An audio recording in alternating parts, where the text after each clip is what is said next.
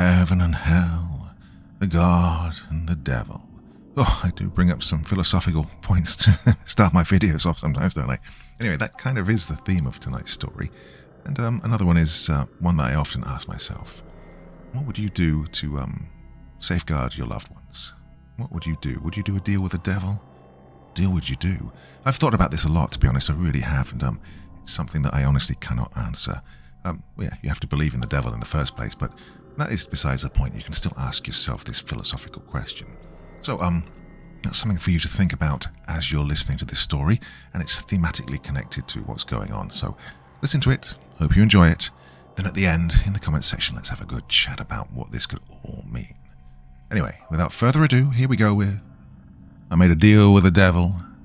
Now I need to collect souls to survive. By Dream Designer 28. Well, if you're reading this, it means I'm not hallucinating. I really made it back, at least for now. He told me I had 24 hours, maybe less. I want to let you know my experience and warn you in case I don't make it back a second time. I don't know who you are or how you stumbled upon this, but, well, you need to listen. I'm not supposed to be here. I shouldn't be anywhere. I died. Now, I remember the impact, the twisting metal, the silence that followed, but, well, I never moved on. Something found me in that in-between place, and it gave me a choice. Now, I don't know if I made the right one. Maybe I did. Or maybe I doomed myself. All I know is I'm still here and I have a job to do. Well, this is my story.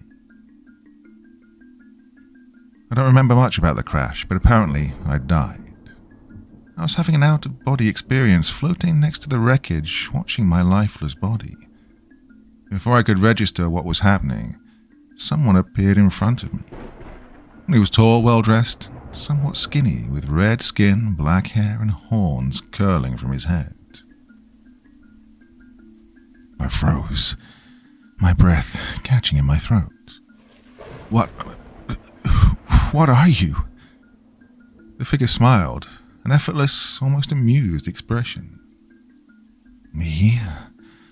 I'm a collector, investor, and an innovator.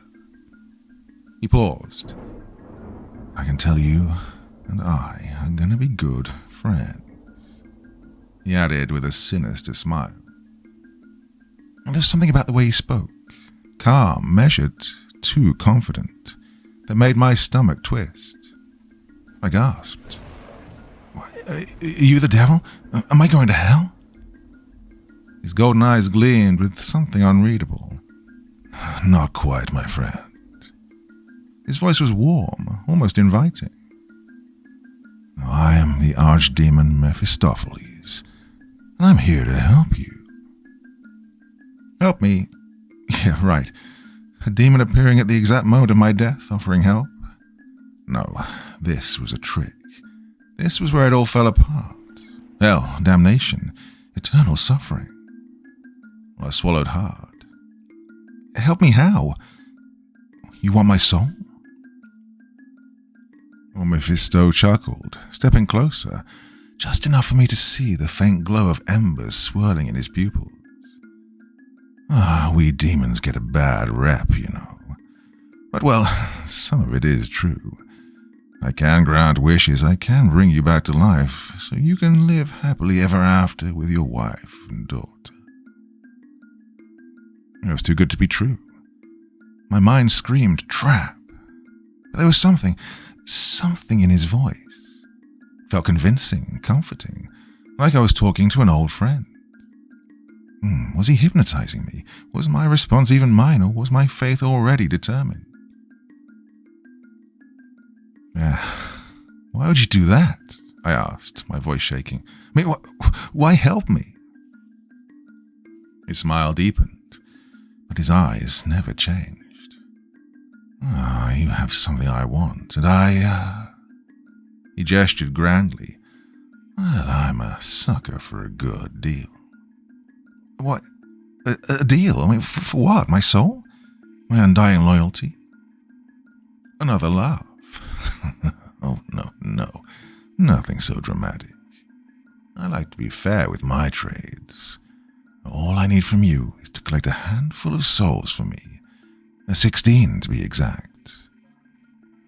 With that, the air felt heavier.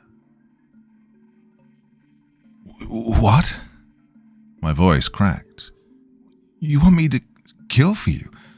No way, forget it. Crawl back to whatever hellspawn you came from. Mephisto didn't react. If anything, his expression softened, like he was indulging a child throwing a tantrum. Let's not call it killing. Think of it as collecting, and besides, he added, feigning a look of concern, I would never ask you to harm an innocent soul. What kind of monster do you think I am? Then who? I asked, my fists clenching. All I need for you to do is to clean up a dungeon full of creatures and bring me their souls. Oh, you'd be a hero, really, ridding the world of pests, he replied, obviously pleased with himself. But my pulse pounded in my ears. I'm no fighter. I don't know how to slay creatures. I can't, I replied, my voice barely a whisper. But you won't be alone. I'll grant you a small fraction of my power to get you started. It'll be like we're fighting together. You know, teamwork. He smiled wider. And the dungeon? Well, it's full of weapons and items. Just look for the shiny ones. I hesitated. God, he was making it sound easy. Too easy. Yeah, well, and after that? His eyes gleamed. After that, you're free to go. I'll bring you back to life and your daughter will have her daddy again. My throat tightened. Jessica, my baby girl. She's going to be 7 next week.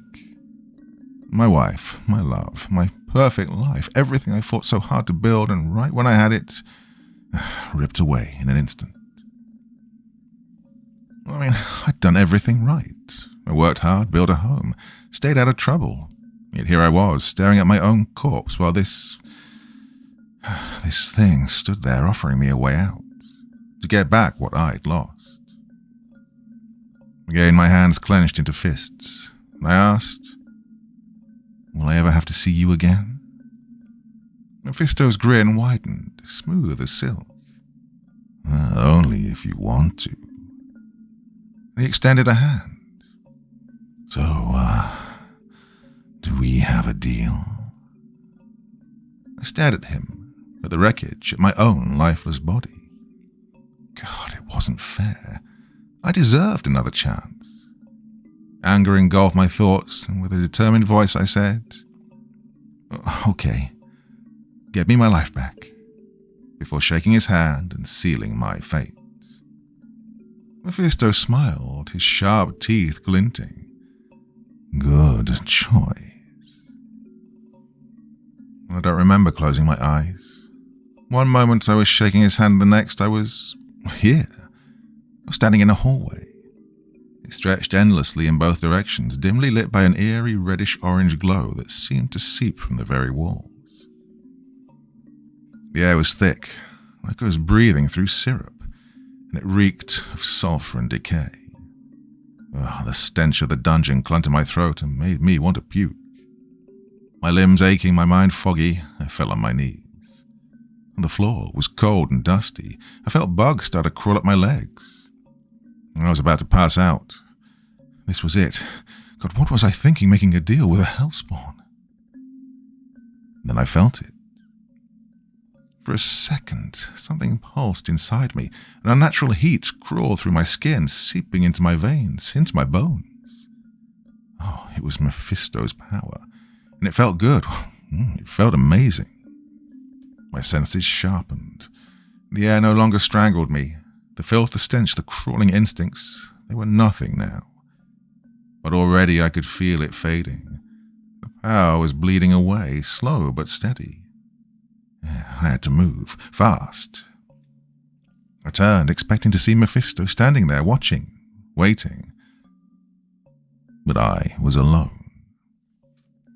The only thing that greeted me was the glint of metal, a pile of weapons, armor, trinkets scattered across the floor like discarded relics from forgotten battles. I crouched, running my fingers through the rubble. Most were broken, rusted, shattered, useless. I tossed aside splintered bows and dull daggers until my hand closed around something barely intact, a long blade. It was dulled and chipped, but whole. I exhaled sharply. Was this it? A scrap of metal was supposed to save my life? Frustration bubbled up. This? My voice echoed down the endless corridor. This is the best I get? Well, then something inside me shifted. A piece of that demonic power tore from my body and sank into the sword. The metal shuddered, the rust peeled away, and before my eyes the dull edge sharpened itself, the chips and cracks knitting together as if time was reversing. When the transformation stopped, the blade was as good as new, back to its former glory. Suddenly my body felt heavier, weaker. The air felt denser. I'd given up some of the demonic energy keeping me together to restore the sword. But looking at it now, feeling the weight in my hands, I finally had a chance. My joy, however, was short-lived. Just as my blade got restored, I heard a faint skittering. Slow, deliberate. I froze. My fingers clenched around the hilt of the blade as I turned my head just enough to catch movement in the shadows. Our eyes met.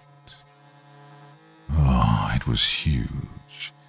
A spider-like creature as tall as me, still standing on its 8 legs. Its fur was a deep, sickly purple, and its blood-red eyes gleamed with hunger.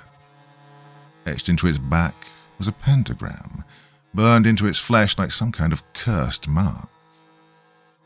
Took a step closer, then another. I stumbled backward, nearly tripping over my own feet. It kept advancing. I had to think of something quick. Its body was massive, but its legs were rather thin, brittle. I could cripple it. If I could just cut off its mobility, I had a chance. I crept forward, careful not to make a sound, gripping my sword tightly. I swung the sword with everything I had. One of its legs snapped clean off. The creature let out a piercing screech, its body convulsing in rage. I barely had time to react before it lunged. I threw myself back, just dodging its fangs, but my leg got caught on something. Its web. Sticky strands coiled around my ankle, tightening like a noose. I tried to yank free, but before I could, the creature was already on top of me. I swung once more, but missed. Its leg slammed into my thigh, pinning me down, and searing pain tore through my body as one of its fangs pierced my calf. Oh, the venom. It burned as it entered my bloodstream. I screamed. Desperation took over. I gripped the sword tight and thrust it deep into the spider's body. The creature let out another horrific screech and recoiled, tearing its fangs from my leg in the process. My muscles snapped like rubber bands, and the web ripped apart, but so did my leg. A chunk of my own flesh dangled from its fangs. I didn't wait.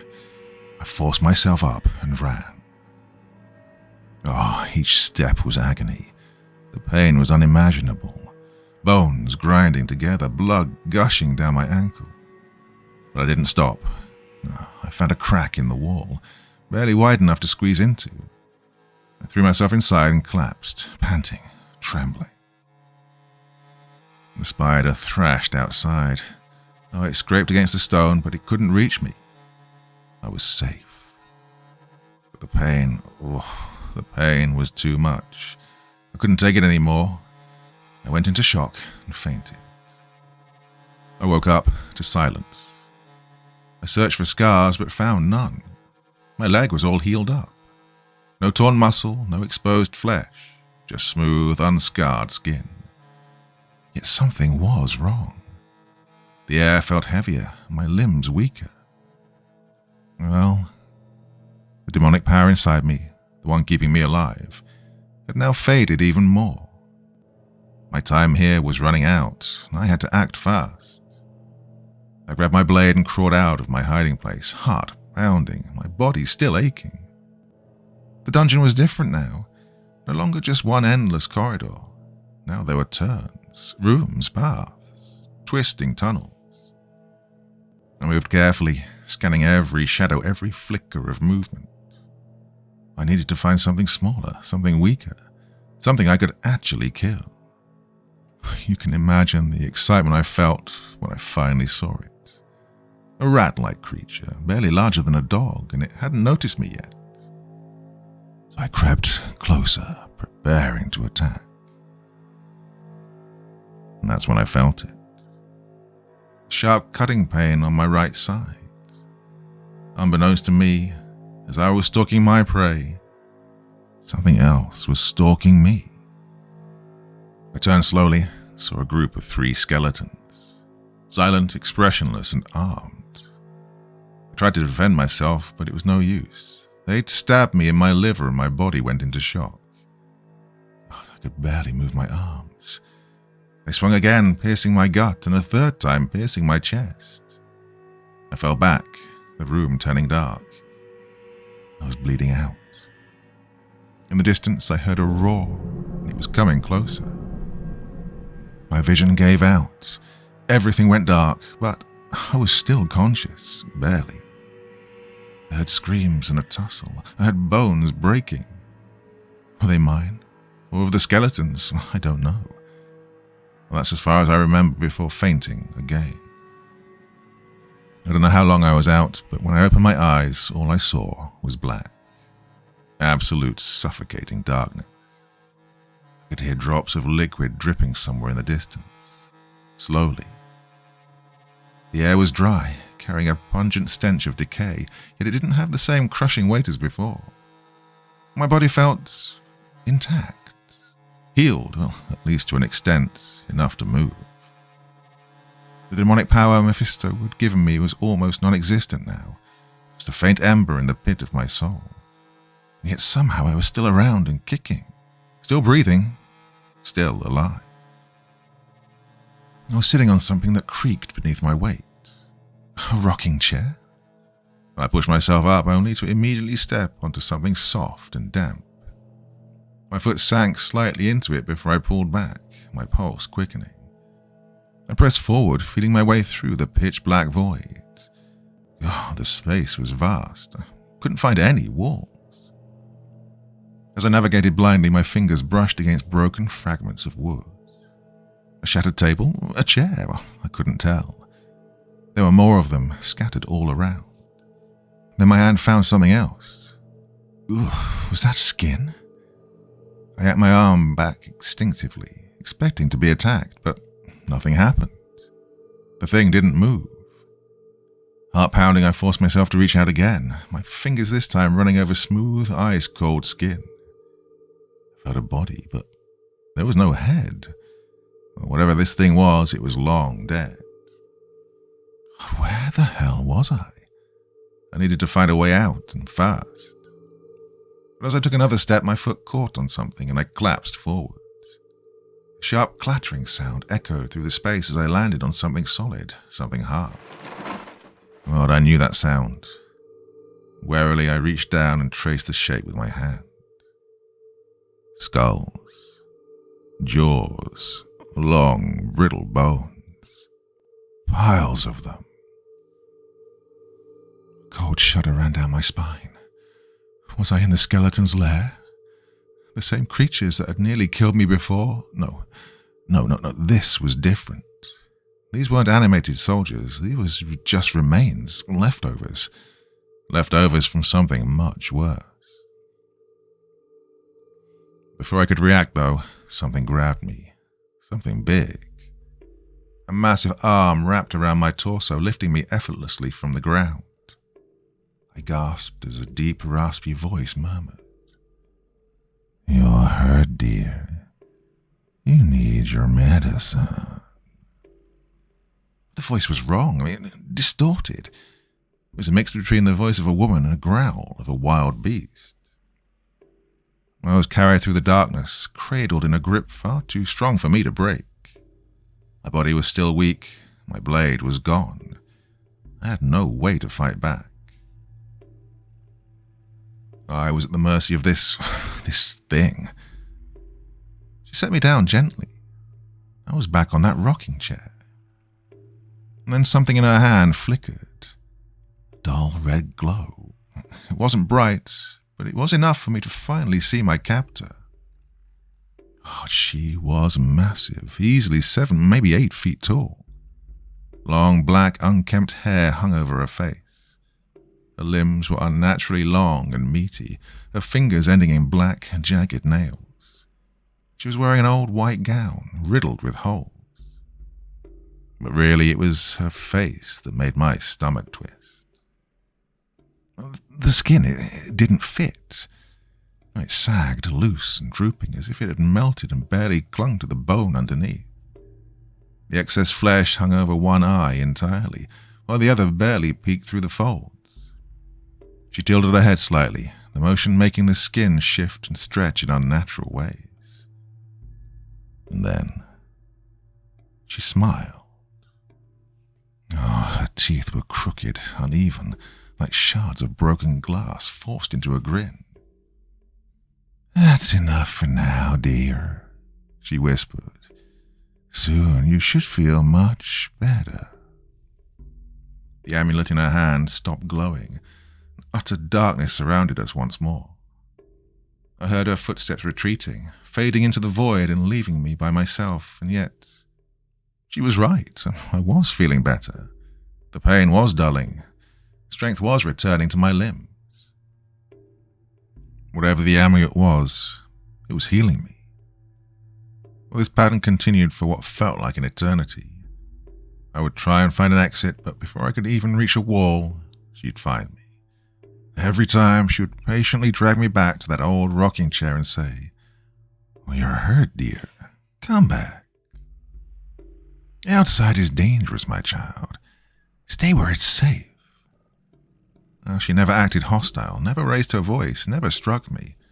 But her sheer size and her imposing presence, well, it was enough. Enough to keep me trapped. She treated me like I was a child. She tried to feed me, offering chunks of creatures she'd hunted in the dungeon. But I could never stomach them. So she kept me alive with the amulet instead. Just enough to stay conscious, just enough to keep me moving. Never enough to fight back. I tried communicating with her a couple of times, although my tries did not yield much success. Once I told her I was feeling weak and needed more energy from the amulet. Her response, however, was rather disturbing. No, dear. Too much of a good thing is bad. It'll turn you bad. It'll turn you rotten. Her voice was soft, almost mourning. Rotten and evil like the others, the ones before. I hesitated. The ones before? Were they the skeletons? The corpses I found? She shook her head slowly. The amulet, the demon, he turned them bad. Made them sick, evil. I had to put them down. My children, my poor children. I swallowed hard. Are you, talking about Mephisto? I asked cautiously. Well, that was a mistake. Her entire body stiffened, her fingers twitched, and nails were scraping against the floor. Her head jerked up unnaturally, like a puppet being yanked by its strings. Evil. Her voice dropped into a harsh whisper. Evil demon, liar, deceiver. Don't trust him. Don't trust him, my child. For the first time, there was something sharp in her tone, something dangerous. But just as quickly as it came, it faded. She slumped, murmuring an apology before leaving me alone again. Well, I was surviving, but this was not living. She hated Mephisto, that much was clear. But I needed to collect souls, I needed to escape. Time was slipping away from me and I needed to get back to my family, my real family. I didn't know how long I'd been trapped. The darkness, the isolation, it was starting to get to me. But there was one thing I noticed. Every time she left a hunt, I'd hear it. A faint, distant sound. The shifting of bricks. It was subtle. The sound of dripping liquid also made it difficult to hear. But with enough practice and concentration, I got the hang of it. I didn't have enough time to find the exit, but I could run to the bone pile and back. Bit by bit, I moved bones from the pile closer to me, sharpening them against each other in secret. I couldn't hold on to them. She'd see and take them away, but I kept them nearby, within reach.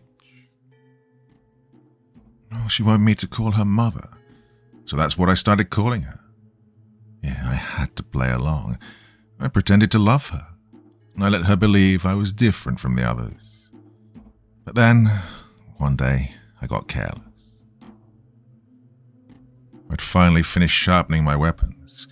I guess I was too excited as I didn't hear her approach this time. Out of nowhere, her massive hand gripped my wrist, lifting one of my makeshift spears. "Sharp and dangerous, my child." Her voice was calm and yet sharp. "What are you doing with these?" Oh, my heart pounded. My body went cold. I had to think fast.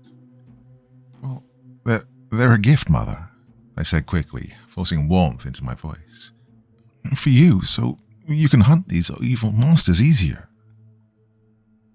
Silence. Then she let out a deep, pleased hum. "Oh, child, you are not like the rest, are you?" She patted my head almost affectionately. "But Mother is strong. She doesn't need these brittle bones." And with that, she crushed every single one of my weapons with her bare hands. I was devastated. All that work, all that time, gone. What now? And then things got worse.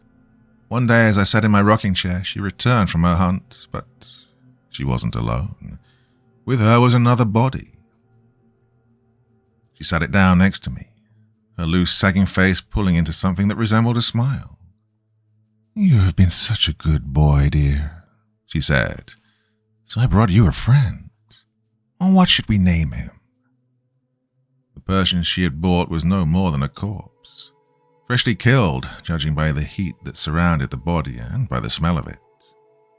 Perhaps she'd tried to save it, just like she did with me, but wasn't as lucky. She tried to revive him with the amulet, but it was too late. He was gone. Nevertheless, that didn't stop her from acting like he was alive. She leaned close, her breath hot against my ear. "Dear," I said, "what should we name him?" A cold sweat broke down my spine. Ray sounds like a good name, Mother," I said with a shaky voice. Her jagged mouth gleamed in the dim light of the amulet. "Ah, wonderful child. Let's name him Ray." She giggled softly. "I hope you two get along." And then she left. God, I was barely holding it together. I was trapped, barely alive, going insane from the darkness and isolation. And now I had to talk to a corpse as my companion. But then I noticed something. Tucked beneath Ray's stiff, cold fingers was a dagger. Oh, she must have overlooked it. It wasn't strong enough, not yet. To really give it strength, I needed to infuse it with Mephisto's demonic power, the way I did with my first weapon. But the only way to obtain more demonic power was through the amulet. God, I had to get it somehow. I started planning. I got the dagger, buried it below the moist ground next to my rocking chair, and moved Ray further back. I broke the legs of his rocking chair so that even a small push would make him fall. And then I waited. When the mother came for our usual dose of the amulet, I threw a small rock at the other rocking chair, and Ray fell over. "Mother," I gasped. "Ray fell. He's hurt. I'll hold on to the amulet. You check on him. Oh, you can trust me, Mother." In an instant, she rushed to his side, leaving the amulet in my hands. This was my chance.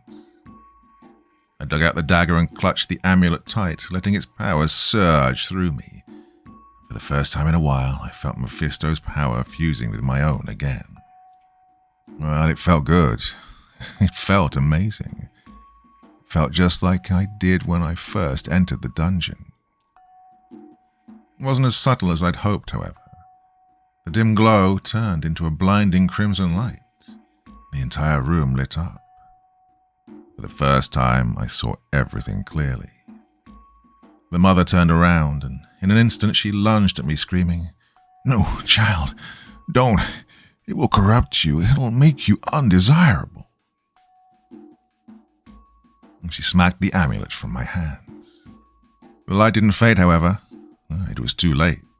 The amulet was already activated. I'd already gotten its power and imbued it with the dagger, so I lunged forward, slashing into her torso. I could see it hurt her, but this one slash wasn't nearly enough to finish her off. "I trusted you, child," she shrieked. "You betrayed me, just like the others. Now you are sick, wicked. But it's okay. Mother will put you down."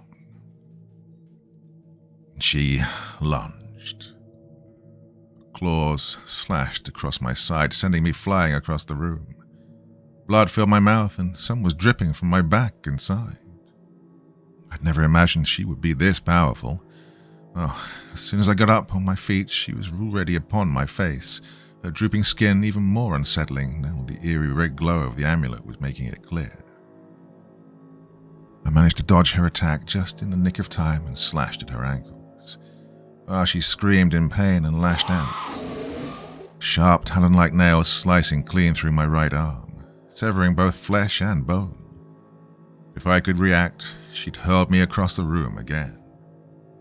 The impact shattered what little remained of my unbroken bones, and the pain was unbearable. My arm was gone, and my dagger with it. My body was broken, and I was done. She was coming closer. Then I saw it, one of my bone spears. She must have kept it as a souvenir. It was just within arm's reach. With the last of my strength, I grabbed onto it, channeling what little demonic energy remained in me, pouring nearly all of it into the weapon. If I had any chance of piercing her skin, this had to be it. As the energy drained from my body and into the spear, the pain intensified, threatening to pull me into unconsciousness. Then the mother lunged. I forced myself into position. At the last second, I drove the spear into her heart. She crumbled beside me. From her body, a blue flame emerged. Her soul, perhaps, drifted toward me and then sank into my chest. A wave of relief washed over me, dulling the agony, if only for a moment.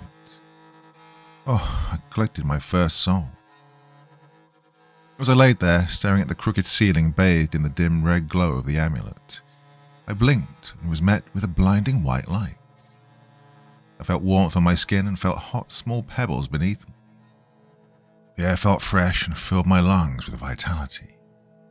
I heard sirens and chatter. Where was I? As my eyes adjusted to the light, I realized it was the sun. I was back on Earth, or at least it seemed like it. I turned my head and I was next to some cheap motel. People didn't seem to notice me, however. I turned right. My arm was back and my wounds gone. I was back to full health, or as close as I'll ever get, I guess. I heard slow clapping from behind. And a chuckle? I turned around, and there he was.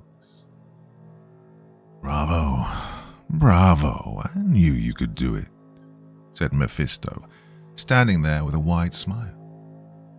Well, I was too disoriented from everything that happened, I couldn't gather my thoughts to talk, to ask a question. Mephisto took a slow look around. Isn't it nice here? Is this Earth? I asked, expecting to be pulled back into the horrors of the dungeon. Well, of course, he said, tilting his head slightly. I figured you deserved a little reward after all that effort. Wouldn't you agree? A strange mix of emotions welled inside me. Relief, exhaustion, suspicion. I did it. I killed her. I got the soul, I said with a shaky voice. Indeed, your first taste of victory. Let's not get ahead of ourselves now. You still have 15 more souls to collect. The people around us kept moving, carrying on with their everyday lives, oblivious to our conversation. The people around us, can they see us? I asked, barely keeping it together. Mephisto chuckled. Of course not. I wanted a little privacy between us. He stretched his arms as if enjoying the atmosphere. You have about 24 hours here, give or take. After that, duty calls. So, make the most of it, will you? He said, tilting his head to one side and giving me a wink. And after that, he was gone. Not in a blink, not in a swirl of shadows. He was simply no longer there, like he had never existed at all. At that moment, I heard a voice in the distance calling me. Sir, are you all right? Do you need help? I turned. A motel employee stood nearby, concern etched on his face. Well, for a moment I hesitated. Then, without saying a word, I followed him inside. The rest of the staff greeted me. Despite me not saying a word to them, they welcomed me and gave me a room to stay in. Probably thought I was homeless or something. Well, they were kind people. I guess that was the reason Mephisto brought me here, his idea of giving me a break. I still didn't know exactly where I was. I was too tired to ask. In my room, I found a laptop, the same one I'm using to type this message, and next to the laptop was this old book with beautiful engravings on its cover. Its pages were empty, however, and next to it was a sticky note that read, "Little something to keep you going. You've got this." With an M at the bottom, one end of the letter curling into a devil's tail. I didn't know what to make of it, so I opted for the laptop. Well, I arrived at the motel at 11 o'clock yesterday morning. It's currently 10:30 a.m. I don't have much time left. I hope I managed to remember all the important stuff. Well, whoever is reading this, the message is a warning. Don't trust Mephisto. Death is a better fate than the one that awaits those who are foolish enough to make a deal with him.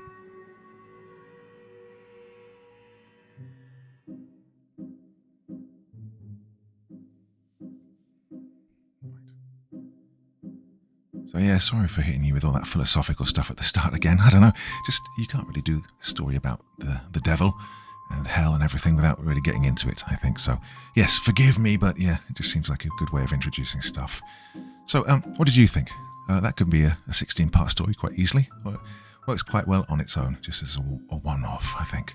So yeah, a little bit shorter than the ones I normally do, but hey, you know, and the shorter ones like this never get that many views, and it makes me a bit sad, because there are some great stories out there that aren't an hour and a half long.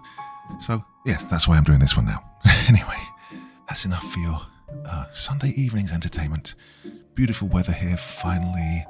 And yeah, going to go outside and enjoy it now. And I'll be back again tomorrow night. I've got an hour-long story lined up for you tomorrow. Here I am complaining about the short ones. Anyway, enough of this waffling. Till next time, my dear friends, you sleep well, and I'll see you again real soon, okay?